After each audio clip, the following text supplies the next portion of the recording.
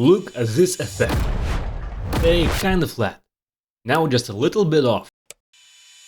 Bam, a whole different vibe. I'll show you how to make your edit slap in under 2 minutes. Camera shake isn't just some random wobble. Done right, it adds energy to transitions, sells impact, and makes your edits feel pro. But you need to do it right.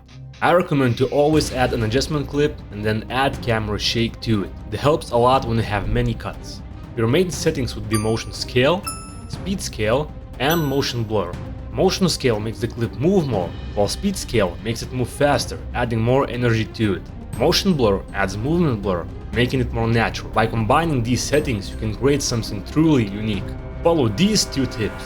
Low frequency makes the effect slow, calm, and cinematic. In this clip, both motion scale and speed scale are low, making the clip more relaxing. You can up the motion scale and make the clip wave around, creating impact, which is perfect for drone videos, teleportation effects, and similar clips. Now, high frequency makes clips fast, powerful, and energetic.